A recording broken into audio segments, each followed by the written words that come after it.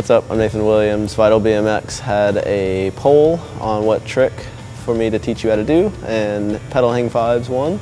And so it's raining outside today, and so we're here at Sixth Avenue, and I'm going to teach you how to learn pedal hang fives. Yeah, so to begin learning pedal hang fives, you'd probably want to learn hang fives first. I did. It gets you used to leaning forward on your bike and like being on the front wheel only. You know, with a hang five, my foot is off the pedal and it helps me balance. You know, I can move it back and forth, and that's kind of like what I use as my balance point. A pedal hang five is my foot is still on the pedal and I use more of my body to balance.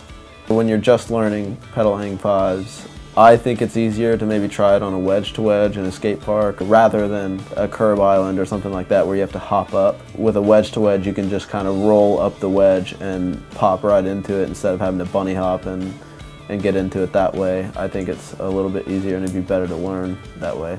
Also, when you're first learning this trick, first it's going to take a long time. I spent hours trying it, flipping over the bars.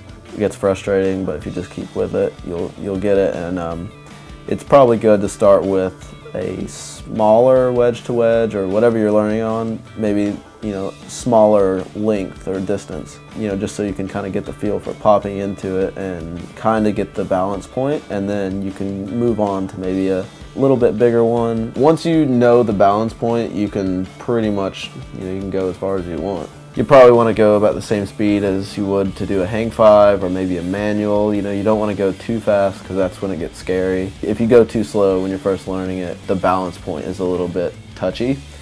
So you kind of want to go at like a medium speed. And when you're rolling up the wedge, you know, you lift your back end like you're going to do a nose manual, and you put your front foot on the peg and you keep your back foot on the pedal.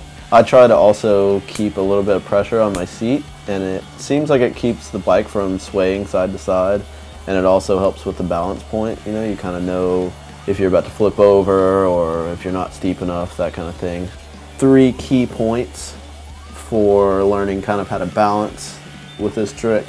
You want to keep your back foot kind of up, and that keeps the back end up, and you want to keep your hips farther towards the bars. And also you want to keep your upper body farther over the bars, and then your head kind of like bobs back and forth, and it'll feel really weird like the first couple times you try it, you know, but your head actually keeps your balance point. You know, like your upper body is leaning farther forward and that keeps the back end up. When you're about to come back into a wedge or you know, flat ground, whatever you're trying it on, I tend to push down, almost like preload or whatever you want to call it. I just push down on my front wheel. That'll like pop you up, and then, you know, find your pedal and ride away.